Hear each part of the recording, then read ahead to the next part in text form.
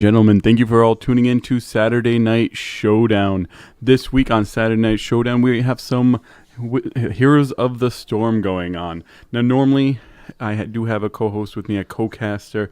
Unfortunately, this week we weren't able to do it, so I apologize for my single casting capability as we go into the Storm. Luckily, of all the games we've done so far, I do believe that this game I know the best. I'm very excited to finally get some Heroes of the Storm onto Saturday Night Showdown.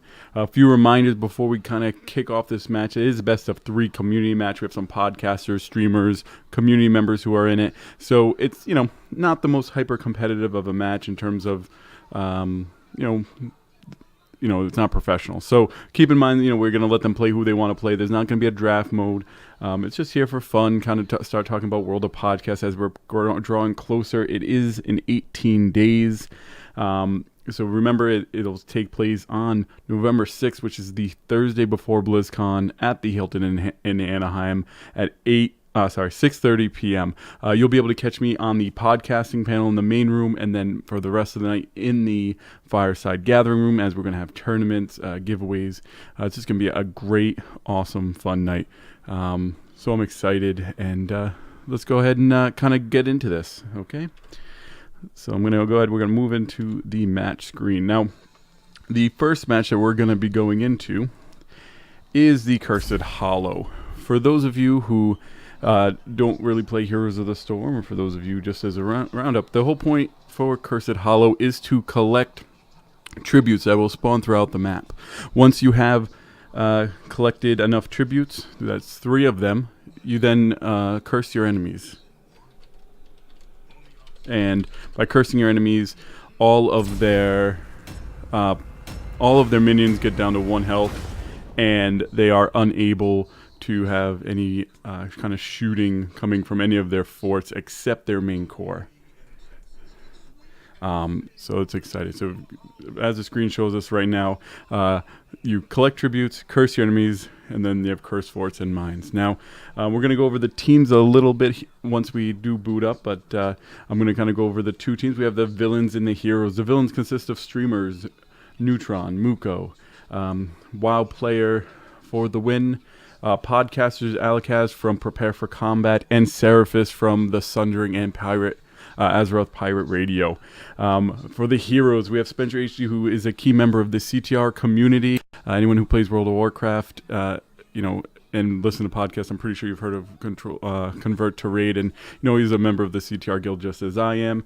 We have Homebrewed, who's worked with Mana Grind in terms of just kind of tournaments. You've seen him here. He has played some games as well.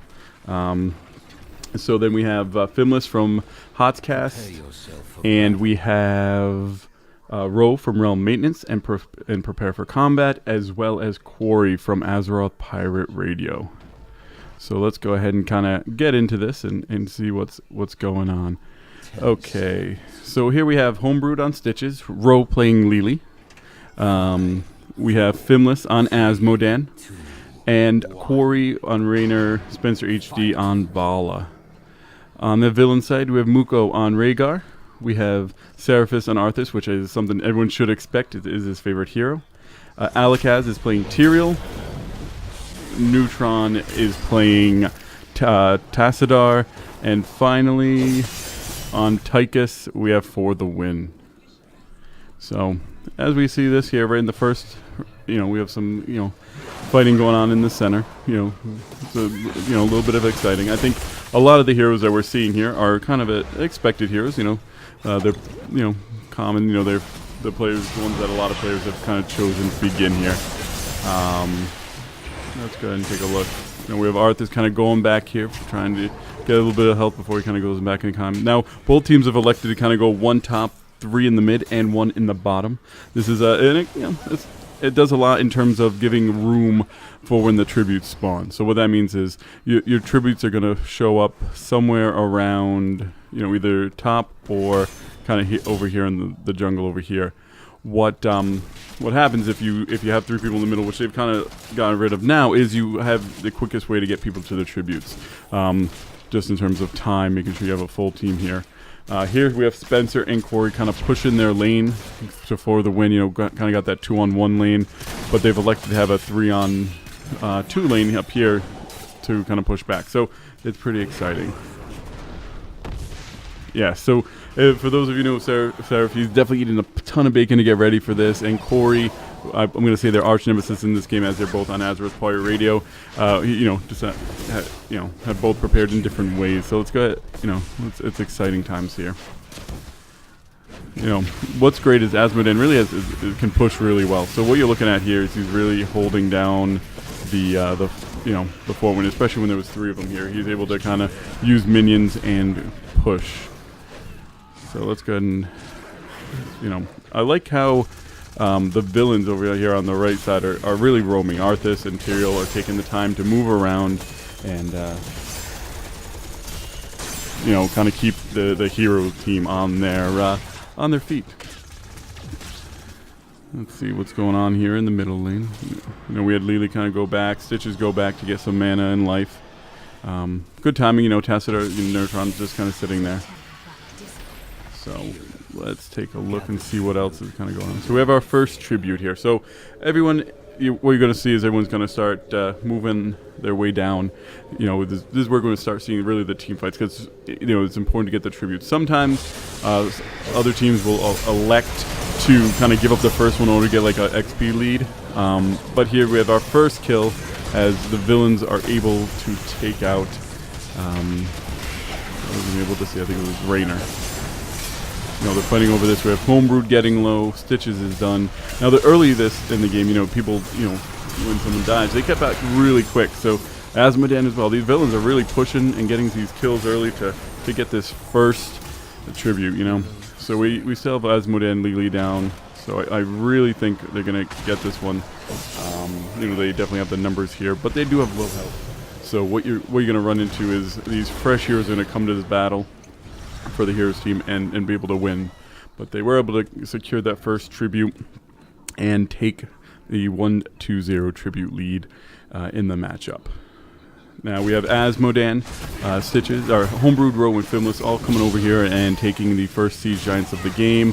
But, you know, I think they can almost read them as Rhaegar and Tassadar taking their side Giants as well. So, you know, the Giants, you know, they, for those of you who haven't played, you know, they're long-range siege engines. Basically, they go up to the enemy force and just bomb them from a distance. The force and the towers aren't able to reach them, so you have to really want to take them out, because they can do a lot of damage if left unchecked. What you're going to notice a lot is some good choices is to basically take them right before a tribute comes, because then the players, you know, they have to choose, do we want the tribute or do we want to stop it? Now here in the jungle we have Lily, Homebrewed, and Row meeting up against Alakaz. It's going to be really tough for him to get away with that hook from Stitches, but Neutron is able to come in with Tassadar and kind of give a little bit of support to keep him up and get him going. So the battle, you know, oddly enough, took place right near where the next tribute is taking place. Now we do see the heroes are kind of leaving 2 people low a little bit right now.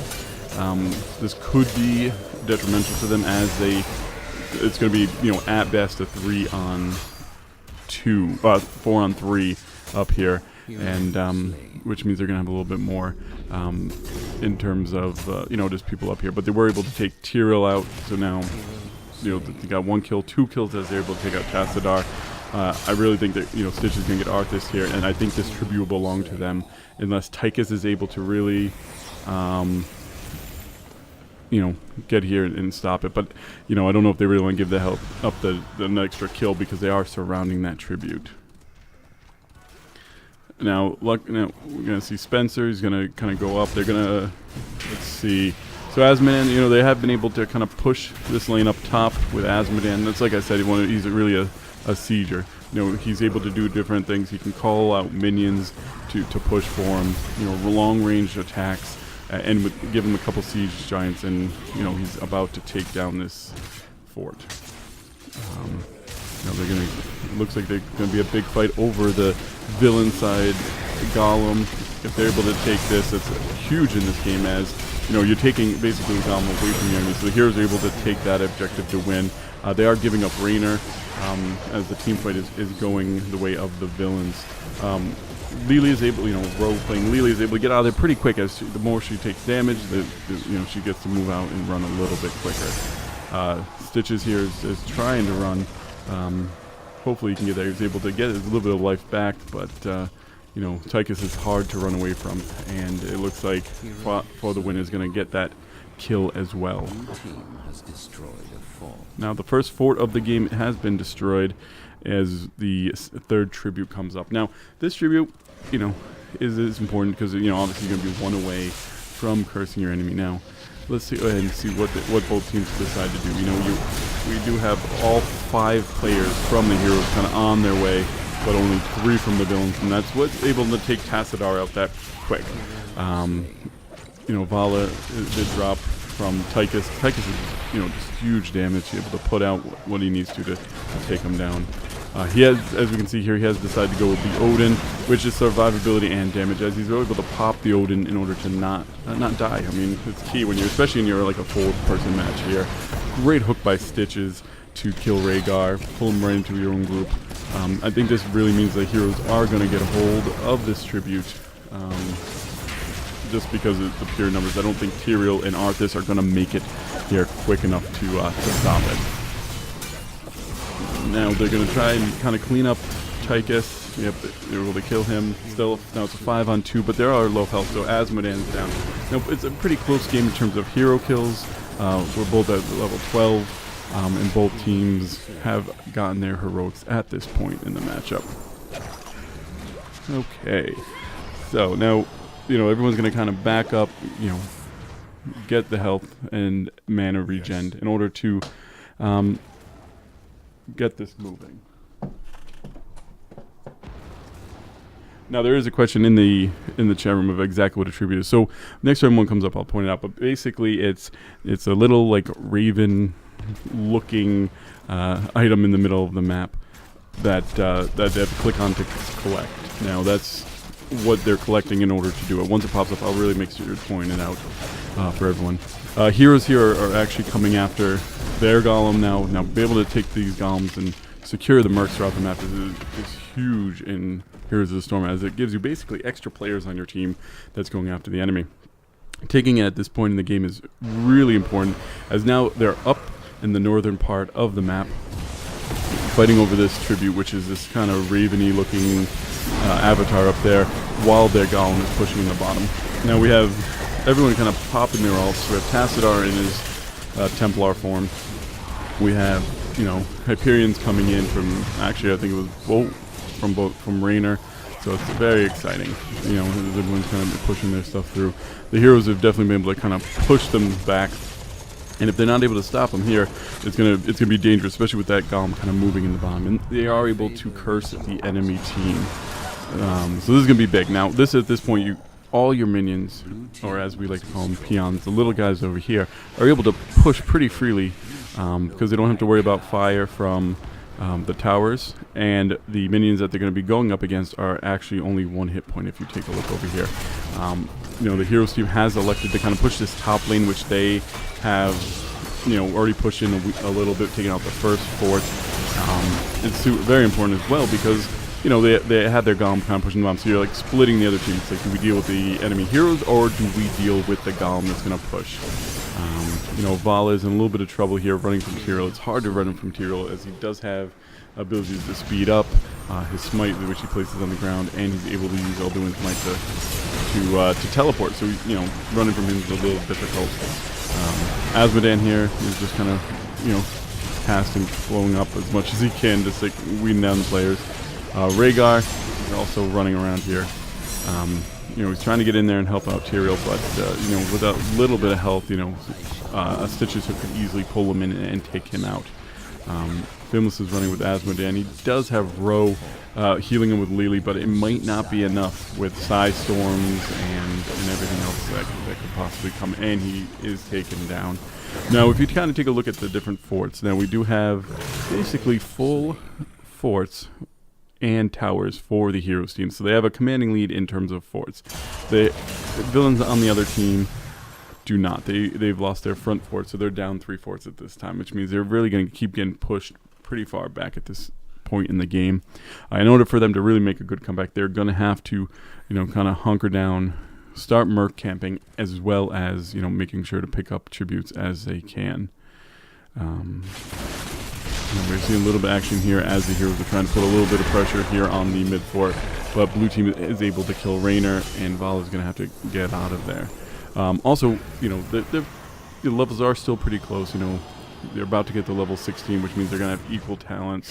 So it's not a huge level disparity, even though it looks on the map like the heroes are, kind of pushing and stuff like that. It's really the merc control that's been able to get them there. So what you're going to see here is they're going to take these knights, they're going to go up and get the golem, and that should help to kind of add a little bit of extra pressure onto the map to, just kind of push the game and kind of get a little bit more on their side. They're definitely behind, but it's not impossible for them to come back at this time. They just have to kind of keep on the mercs and just start kind of pulling out the tributes as well. We're going to see a kind of a big team engagement as the villains are actually kind of flanking the heroes. They're going after Lee. To get that healing out of the way is really important. Rhaegar pops his bloodlust.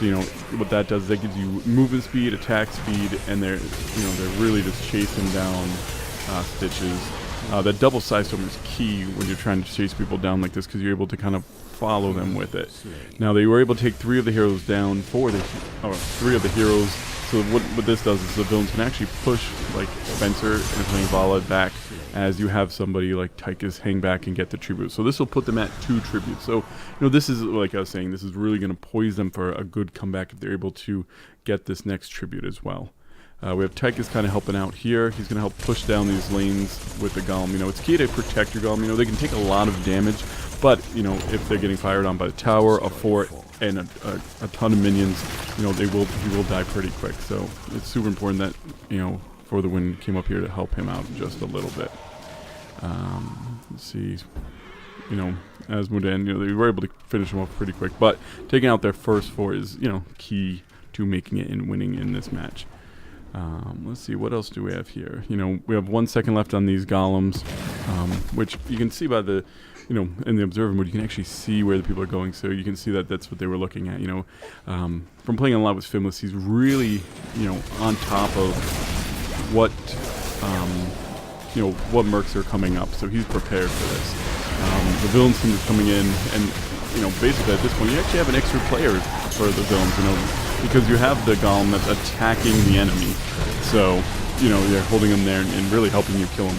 So they're able to almost kill 3. They're going for a full team wipe. Let's see if they're able to do it, but I don't know if it's necessary here. Grabbing that enemy golem gets them in the game, and now if they can secure this tribute, which with over 30 seconds on 3 of the opposing team's heroes up there, it's almost kind of in the bag. They're going to get this. Now what they could really do right now is with this golem grabbing the tribute, they're able to actually tie it up in terms of just total number of forts down. So right now you have 3 forts to 5 forts, but taking down 2 forts during a tribute is not unheard of. They're able to already take 1 down, pushing with this golem. Now what it looks like they're going to do, they're going to really push this bottom lane and go for the win here. They're not going to split push. They're just going to keep a solid push right down this bottom lane and hopefully get to the opponent's base. So sometimes when you look at old teams in a second could very well have 3 forts out, but because 2 of the forts are in 1 lane for the villain team, they're able to kind of capitalize on that. Here they go. The tanking of the turret damage by the golem helps a lot, as they're able to team fight and go after the other team rather than have to worry about the turret damage going on. What's key here is if the villains are able to push and take out the 2 remaining heroes players, you could see them actually go and just beat the core directly. But you have heroes coming up. You're going to start seeing that the forts are going to start attacking. Gather tribute if you wish my favor. So it's weird. The Golem has a little bit of a weird tracking here, where sometimes they actually go up rather than going after the core. Sometimes I personally wish you could almost control him, as it's almost important to have him, taking the damage coming from the core.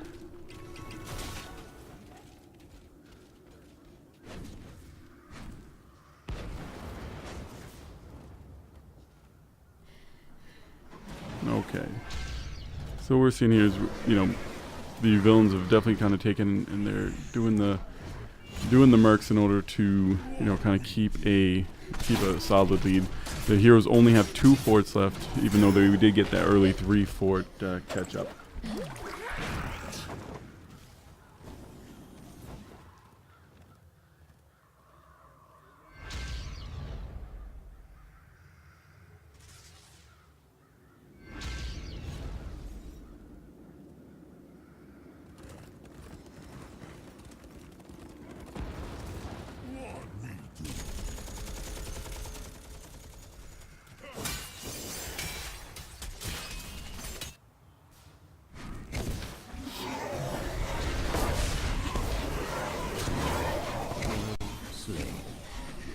Okay, so, the villains are continuing to,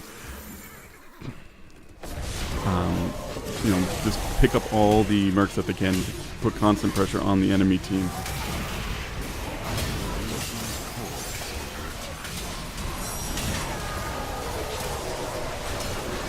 Okay, so, the heroes are trying to kind of kick back a little bit here, as they are taking this golem over here.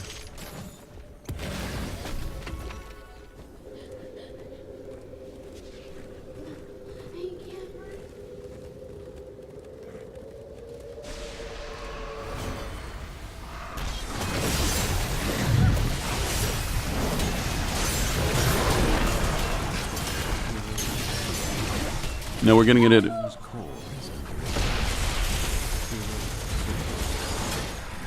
the big fight over this. The villains are able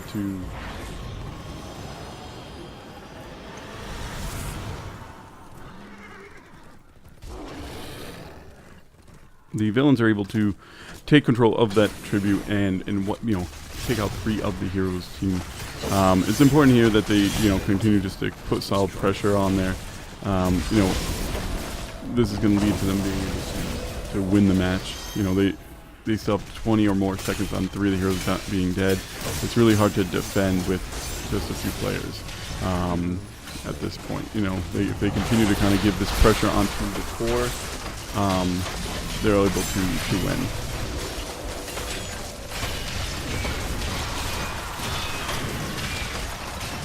So the villains team was able to push the core and take the victory in this match. So we're going to get into the second match in just a couple minutes, as we decide which map they're going to take. Now, what we elected to do is allow the losers to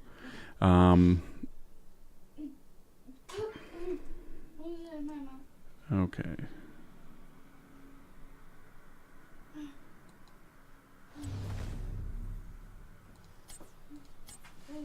Okay, we're going to kind of put together this map of players. So I'm going to get this put together. It will just be one moment as we kind of get ready for the second map of this game.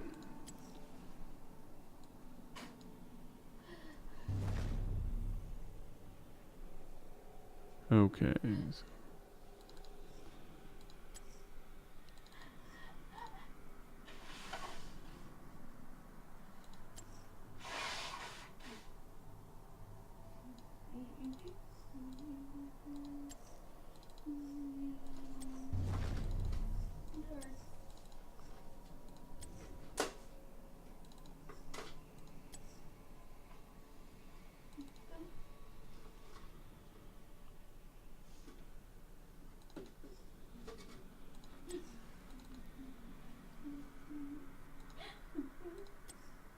Okay, we're going to give them just a minute to pick their heroes, and I'm going to find out who they want to, what map the heroes want to play on.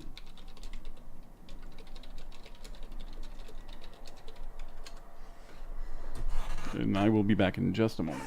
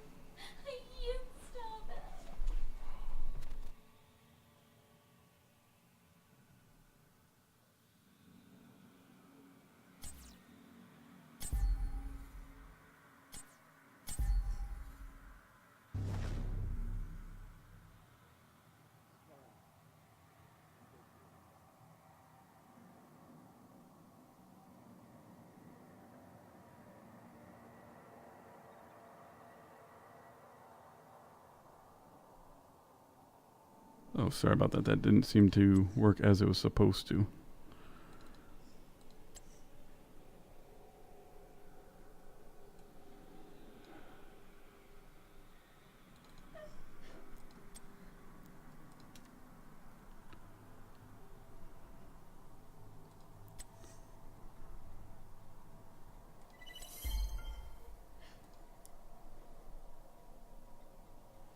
Okay, we're having just a small thing with the observer mode that it's not working out. Not sure exactly why.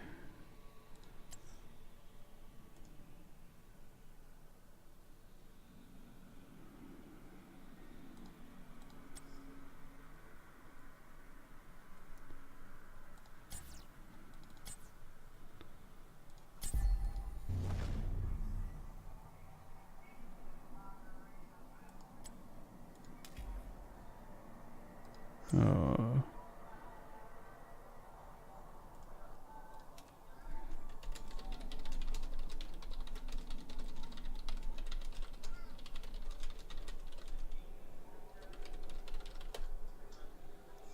Sorry guys, it's just taking a second to get this kind of cleared up.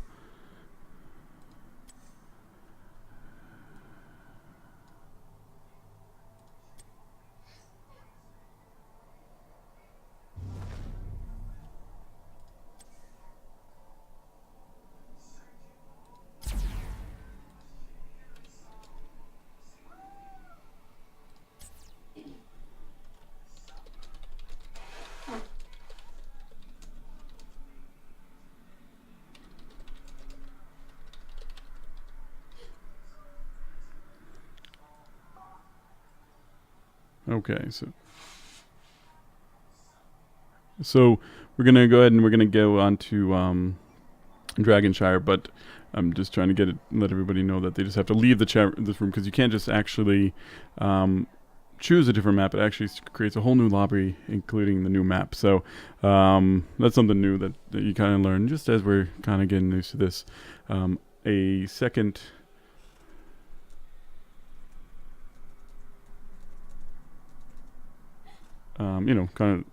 It's like next time we do this, we'll obviously have it. We'll understand in and outs as well.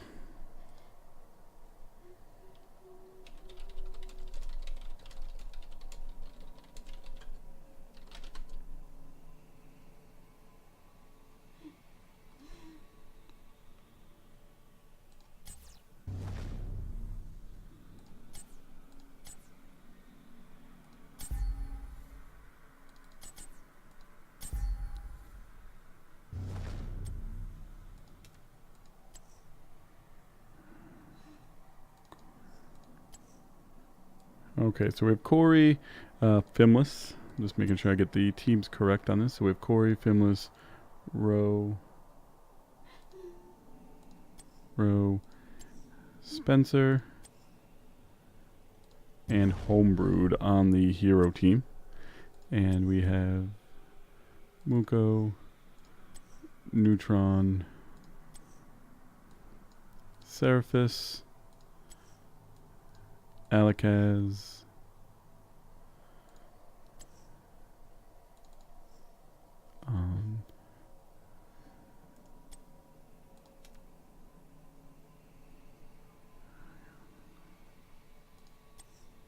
and for the win. So this should work out well.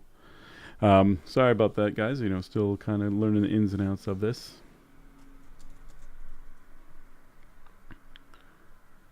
Okay.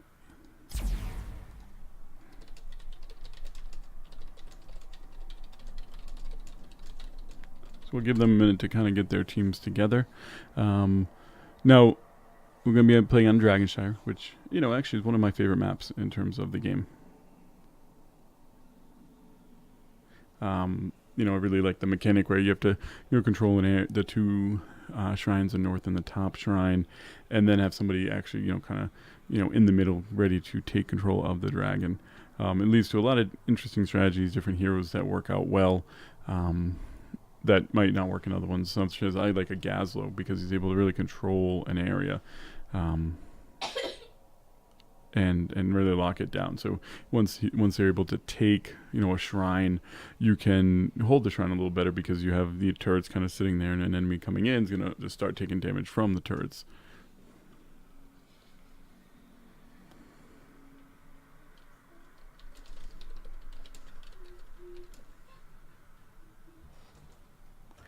Now we're just kind of giving everybody a chance to kind of ready. As we can see, Ro has chosen to choose Vala.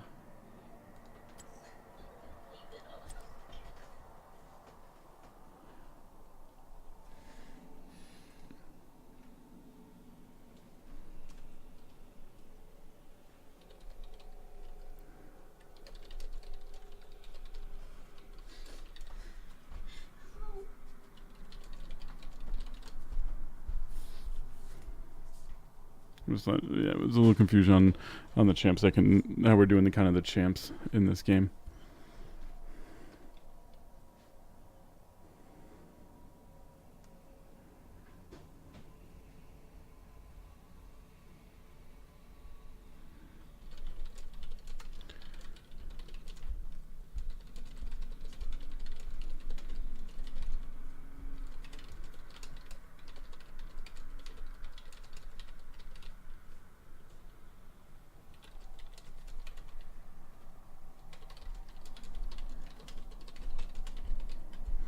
Okay, we got 5 people ready.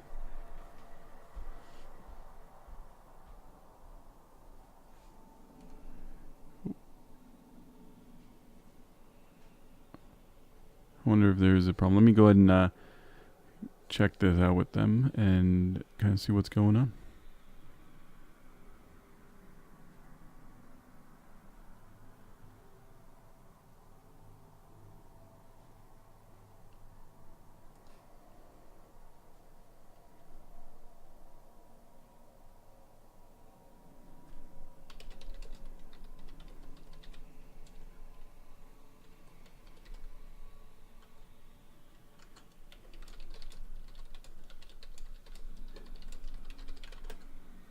Okay, sorry for the silence, guys. What we're trying to do here is just trying to give them a second to kind of pick their heroes. They're probably just kind of picking a strategy now that they know that we are on the Dragon Shire matchup. I'm gonna think.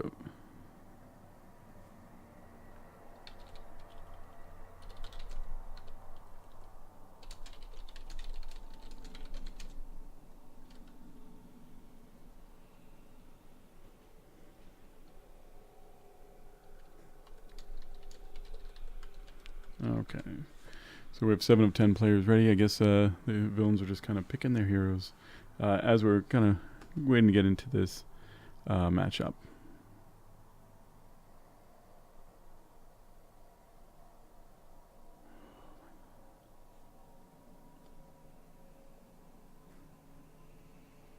And we're waiting on one more person to ready up their team, and we can actually see what what everyone has chosen officially for the second matchup. Now remember, villains are up 1-0 in this game.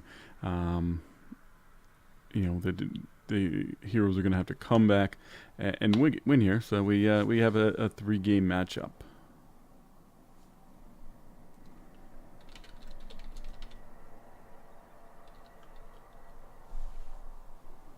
I wonder if they just don't realize they haven't readied themselves just yet.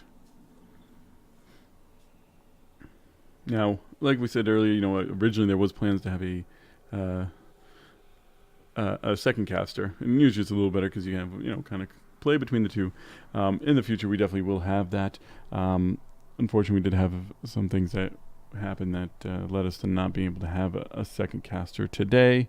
But in the future, we will. I apologize for my my kind of poor solo casting capability. The little bit that I have done has been with the with one other person, where we kind of practiced, and we did the kind of the pre-storms type of stuff.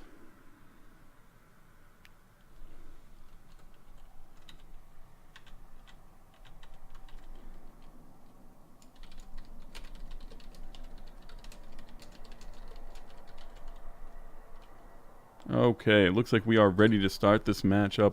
Let's kind of go ahead and get into this.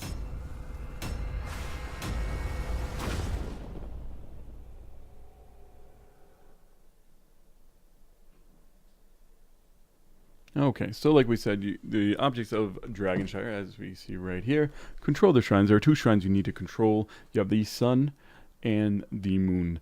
Then by doing that, you activate the statue in the middle, which is